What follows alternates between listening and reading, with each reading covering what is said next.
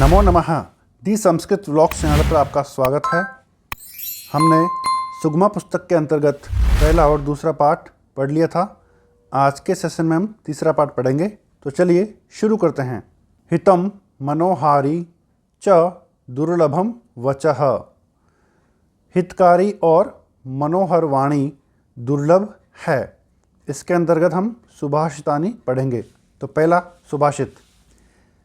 सर्वे भवन्तु सुखिनः सर्वे सन्तु निरामयाः सर्वे भद्राणि पश्यन्तु मा कश्चित् दुःखभाग् भवेत्। इसका अन्वय है सर्वे सुखिनः भवन्तु सर्वे निरामयाः सन्तु सर्वे भद्राणि पश्यन्तु कश्चित् दुख भाग माँ भवेत। तो अन्वय के अंतर्गत इसका तात्पर्य अर्थ है संस्कृत में और हिंदी में साथ साथ हम पढ़ेंगे। जगति सर्वे जनाः सुखयुक्ताः भवन्तु। संसार में सभी लोग सुखी होवे। सर्वे रोगरहिताः भवन्तु। सभी रोग रहित होवे अर्थात स्वस्थ होवें। सर्वे मंगलम पश्यन्तु। सभी अच्छी चीज़ों को देखें।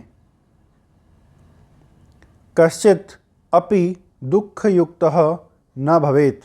कोई भी दुखी नहीं होवे।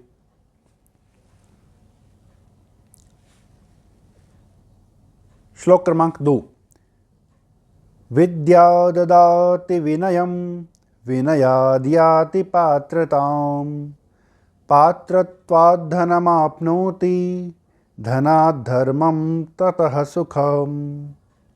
इसका अन्वय है विद्या विनयं ददाति विनयात् पात्रतां याति पात्रत्वाद् धनम् आप्नोति धनाद् धर्मं ततः सुखम्। इसका तात्पर्यार्थ देखते हैं। विद्या अस्मभ्यं विनयम ददाति। विद्या हमारे लिए विनय देती है अर्थात जो विद्या ग्रहण करता है वह विनयशील हो जाता है अर्थात उसकी बुद्धि तीक्ष्ण हो जाती है। विनयेन वयम योग्यतां प्राप्नुमः। और विनय से हम योग्यता प्राप्त करते हैं। योग्यतया वयम धनम प्राप्नुमः। और योग्यता से हम धन प्राप्त करते हैं। धनात् धर्मम प्राप्नुमः। और धन से धर्म की प्राप्ति हम करते हैं। धर्मात् सुखम प्राप्नुमः। और धर्म से सुख प्राप्त करते हैं। धर्म का अर्थ यहाँ पर अपने कर्तव्य से है।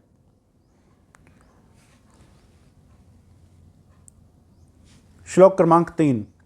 विदेशेषु धनं विद्या व्यसनेषु धनं मतिः परलोके धनं धर्मः शीलं सर्वत्र वै धनम्।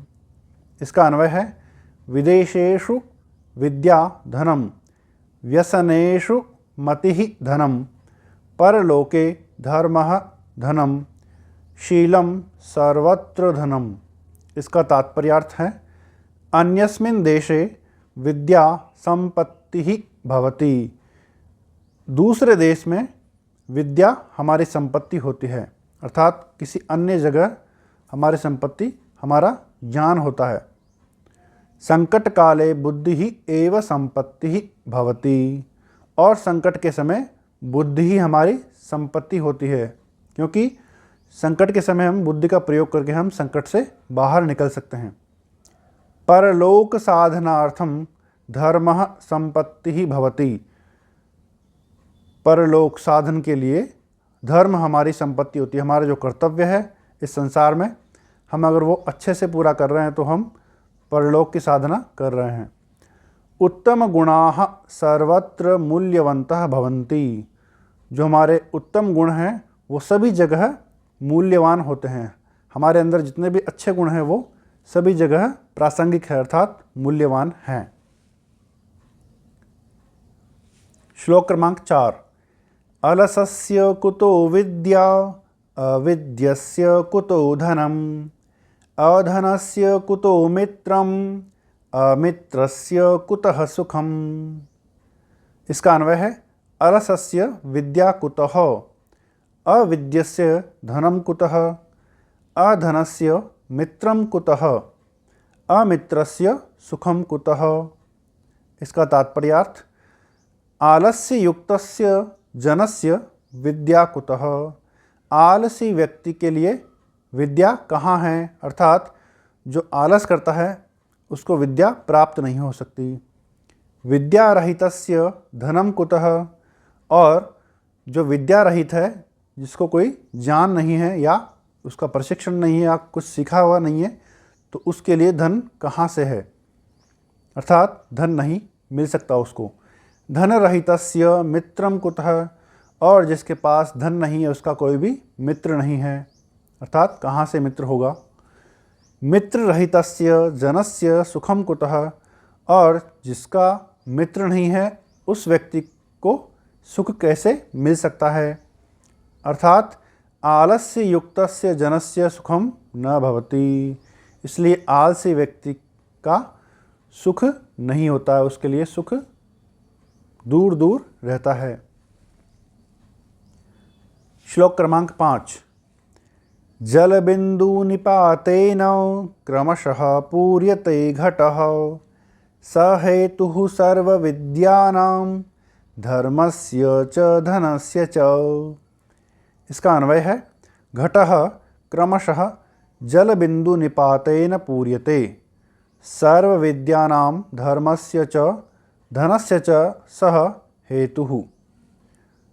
तात्पर्यार्थ जलस्य बिंदूनां क्रमशः पतनेन, जल की बूंदों का लगातार गिरना या जल की बूंदों के लगातार गिरने से, यथा जिस प्रकार से घटम पूर्णम भवति, घड़ा भर जाता है, तथैव वैसे ही स्वल्पेन अभ्यासेन, थोड़े थोड़े अभ्यास से, थोड़ी थोड़ी प्रैक्टिस से, आचरणेन और व्यवहार से, संग्रहणेन च और संग्रह करने से यानी बचाने से, इकट्ठा करने से, वयम विद्याम धर्मम धनम च संपादयितुम शक्नुमः, हम विद्या धर्म और धन को प्राप्त कर सकते हैं। यहाँ पर क्रमशः है, यानी जैसे जल की बूंदें लगातार गिरती है तो घड़ा भर जाता है, वैसे ही हम थोड़े से अभ्यास करेंगे तो अभ्यास से क्या होगा, विद्या प्राप्त होगी, और हमारा जो आचरण अच्छा होगा उससे क्या, धर्म की प्राप्ति होगी, और हम थोड़ा थोड़ा इकट्ठा करना शुरू करेंगे तो उससे धन की प्राप्ति हो जाएगी। श्लोक क्रमांक 6। आलस्यम हि मनुष्याणां शरीरस्थो महान् रिपुः नास्त्युद्यम समो बंधुः कृत्वायं नावसीदति। इसका अन्वय है आलस्यम ही मनुष्याणां शरीरस्थो महान् रिपुः उद्यम समो बंधुः नास्ति यम कृत्वा नावसीदति। इसका तात्पर्यार्थ शरीरे स्थितम आलस्यम एव मनुष्याणां महान् शत्रुः अस्ति। शरीर में स्थित आलस्य ही मनुष्यों का सबसे बड़ा शत्रु है। प्रयत्न समानः बंधुः कोपि नास्ति। प्रयत्न के समान अर्थात कर्तव्य के समान कोई भी बंधु कोई भी नहीं है, अर्थात मित्र कोई भी नहीं है। उद्यमशीलः कदापि, उद्यमशील अर्थात कर्तव्यशील कभी भी जीवने पराजितः न भवति, जीवन में पराजित नहीं होता है। श्लोक क्रमांक 7। चिंतनीया हि विपदाम आदावेव प्रतिक्रियाः न कूपखननं युक्तं प्रदीप्ते वह्निना गृहे। इसका अन्वय है विपदाम आदौ एव प्रतिक्रियाः चिंतनीया वह्निना गृहे प्रदीप्ते कूपखननं न युक्तम्। तात्पर्यार्थ विपत्तेः आगमनतः पूर्वम एव, विपत्ति के आने से पहले ही, तत्सम्मुखीकरणार्थम उसका सामना करने के लिए, उपायः करणीयः, उपाय कर लेना चाहिए। गृहं यदा, घर जब, अग्निना, अग्नि से, प्रदीप्तं भवति, जल जाता है, तदा कूप खननम न युक्तम, तब कुआं खोदना नहीं चाहिए, ठीक नहीं है। अर्थात आग लगने पर कुआं खोदना ठीक नहीं है। श्लोक क्रमांक 8। लोभात् क्रोधः प्रभवति, लोभात् कामः प्रजायते, लोभो मोहश्च नाशाय, लोभः पापस्य कारणम्। इसका अन्वय है लोभात् क्रोधः प्रभवति, लोभात् कामः प्रजायते, लोभः मोहः च नाशाय, लोभः पापस्य कारणम्। तात्पर्यार्थ, लोभ कारणेन क्रोधः उत्पद्यते, लोभ से क्रोध उत्पन्न होता है। अर्थात हम लोभ करते हैं ना, किसी का लालच, किसी भी चीज़ को प्राप्त करने का लालच। तो लालच अच्छी चीज़ों को प्राप्त करने के लिए होना चाहिए, उसका लोभ नहीं होना चाहिए कि मुझे ये मिल जाए किसी भी तरह से, गलत तरीके से भी मिले तो ये मुझे मिलनी चाहिए। इसको बोलते हैं लोभ। लोभात् एव कामः उत्पद्यते, लोभ से ही कामना उत्पन्न होती है, अर्थात हमारी लालसा बढ़ती जाती है। लोभः मोहः च एतौ, लोभ और मोह ये दोनों नाशाय भवतः, नाश के लिए होते हैं। लोभः पापस्य कारणं भवति, लोभ ही पाप का कारण होता है। अर्थात गलत तरीके से किसी चीज़ को प्राप्त करना लोभ कहलाता है, तो वह पाप का कारण होता है।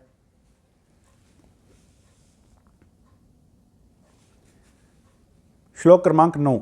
सत्यं ब्रूयात् प्रियं ब्रूयात्, न ब्रूयात् सत्यमप्रियं, प्रियं च नानृतं ब्रूयात्, एषः धर्मः सनातनः।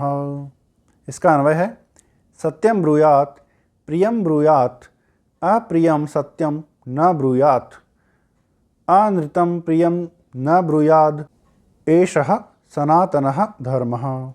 इसका तात्पर्यार्थ, कश्चिद् अपि जनः, कोई भी व्यक्ति, प्रियं सत्यं वदेत्, जो सच हो वो अच्छा हो, यानी प्रिय हो, अच्छा लगने वाला सच बोले।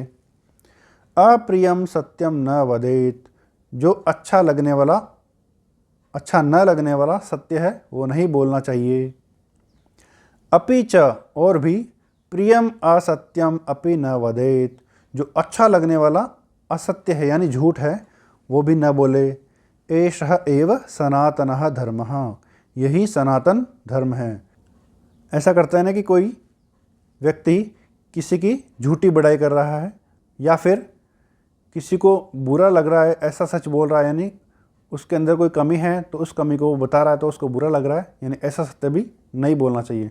जो अच्छा वाला सत्य हो, यानी जो अच्छा लगे और वो सच भी हो, वो बोलना चाहिए। श्लोक क्रमांक 10।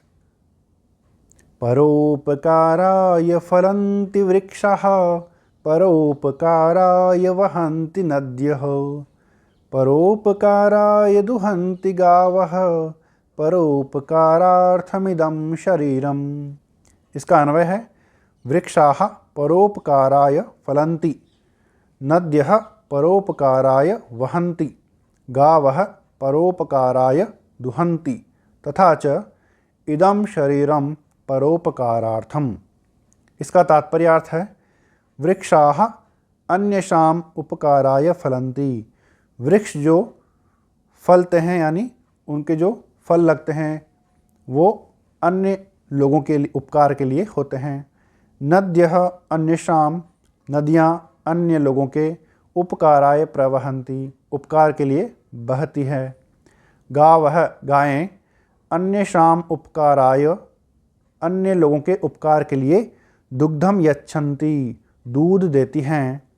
इदम अस्माकं शरीरम अपि, यह हमारा शरीर भी, अन्येषाम् उपकाराय अस्ति, अन्य लोगों के उपकार के लिए ही है। अर्थात हमारा जो शरीर है वो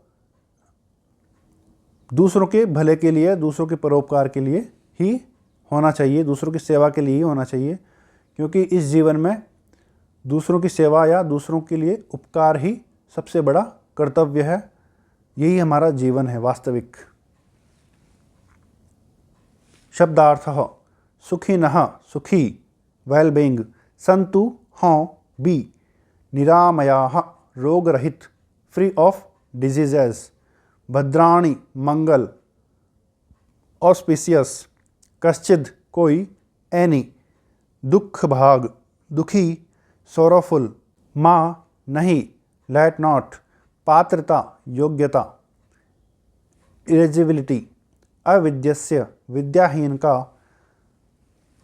अनएजुकेटेड, अधनस्य धनहीन का, पुअर, कुतः कहाँ से, वेयर फ्रॉम, ब्रूयात बोलें, स्पीक, व्यसनम संकट, क्रिसिस, प्रवहंती बहते हैं, फ्लो, नावसीदति पराजित नहीं होता है, इनविंसिबल। अभ्यासः प्रश्न क्रमांक 1, पाठे लिखितान् श्लोकान् उच्चैः पठत गायत स्मरत च। पाठ में लिखे हुए श्लोकों को जोर से पढ़ें, गाएं और याद करें। तो पहला प्रश्न आप सभी के लिए है, ऐसा आप सभी कर सकते हैं। दूसरा प्रश्न, यथोदाहरणम योजयत, जैसा उदाहरण है वैसा मिलाइए। तो यहाँ पर विद्या से विनयम ददाति, यानी विद्या विनय देती है, तो ये मिलाया हुआ है। दूसरा, सर्वे सभी, सुखिनः सन्तु सुखी होवें, अलसस्य यानी आलसी व्यक्ति के लिए, विद्या कुतः विद्या कहाँ से होगी, लोभात अर्थात लोभ से, कामः प्रजायते कामना उत्पन्न होती है, सत्यम सच, ब्रूयात बोलना चाहिए, इदम शरीरम यह शरीर, परोपकारार्थम परोपकार के लिए है। प्रश्न क्रमांक 3, एक पदेन उत्तरत, एक शब्द में उत्तर दीजिए। सर्वे कानि पश्यन्तु सभी किनको देखें, भद्राणि अर्थात अच्छा, सुखम कस्मात् भवति सुख किससे होता है, धर्मात् अर्थात धर्म से। तीसरा प्रश्न, कस्य मित्रम न भवति किसका मित्र नहीं होता है, उत्तर है धनरहितस्य जिसके पास धन नहीं होता उसका। कः पापस्य कारणम कौन पाप का कारण होता है, उत्तर है लोभः लोभ।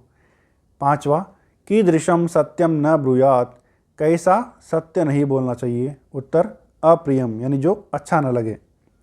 छठा, शीलम कुत्र धनम शील कहाँ पर धन है, उत्तर है सर्वत्र अर्थात सभी जगह। सातवां, शरीरस्थः महान रिपुः कहो शरीर में स्थित सबसे बड़ा शत्रु कौन है, उत्तर है आलस्यम आलस्य। आठवां, इदम शरीरम किमर्थम यह शरीर किस लिए है, उत्तर है परोपकारार्थम परोपकार के लिए। प्रश्न क्रमांक 4, एक वाक्येन उत्तरत, एक वाक्य में उत्तर दीजिए। पहला, कौ नाशाय भवतः कौन दोनों नाश के लिए होते हैं, उत्तर लोभः मोहः च नाशाय भवतः लोभ और मोह नाश के लिए होते हैं। दूसरा, घटम कथम पूर्यते घड़ा कैसे भरता है, उत्तर घटम जल बिंदु निपातेन पूर्यते घड़ा लगातार जल की बूंद गिरने से भरता है। तीसरा, विदेशे व्यसने च धनभूते के विदेश में यानी अन्य स्थान पर और व्यसन में अर्थात किसी चीज़ की आदत लगने पर धनभूते के कौन धनी हैं, तो विदेशे व्यसने च धनभूते विद्यामतिः च विदेश में और व्यसन में धनयुक्त विद्या और बुद्धि हैं। चौथा, परोपकाराय काः वहन्ति परोपकार के लिए कौन बहती हैं, काश्च दुहन्ति और कौन दूध देती हैं, उत्तर है परोपकाराय नद्यः वहन्ति परोपकार के लिए नदियाँ बहती हैं, गावश्च दुहन्ति और गायें दूध देती हैं। पांचवा, कदा कूप खननम न युक्तम कब कुआं खोदना ठीक नहीं है, उत्तर है वह्निना गृहे प्रदीप्ते कूप खननम न युक्तम। आग के द्वारा घर को जलाने के बाद में कुआं खोदना ठीक नहीं है।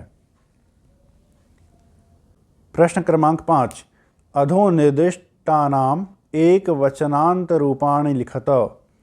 नीचे निर्दिष्ट शब्दों के एक वचन रूप लिखिए। तो भवन्तु बहुवचन में है, भवतु होवे। पश्यन्तु तो पश्यतु देखो। वहन्ति का वहति बहती है। फलन्ति का फलति फलता है। गच्छामः का गच्छामि जाता हूँ। धावामः का धावामि दौड़ता हूँ। कुर्वन्ति का करोति करता है। उत्पद्यन्ते उत्पद्यते उत्पन्न होता है।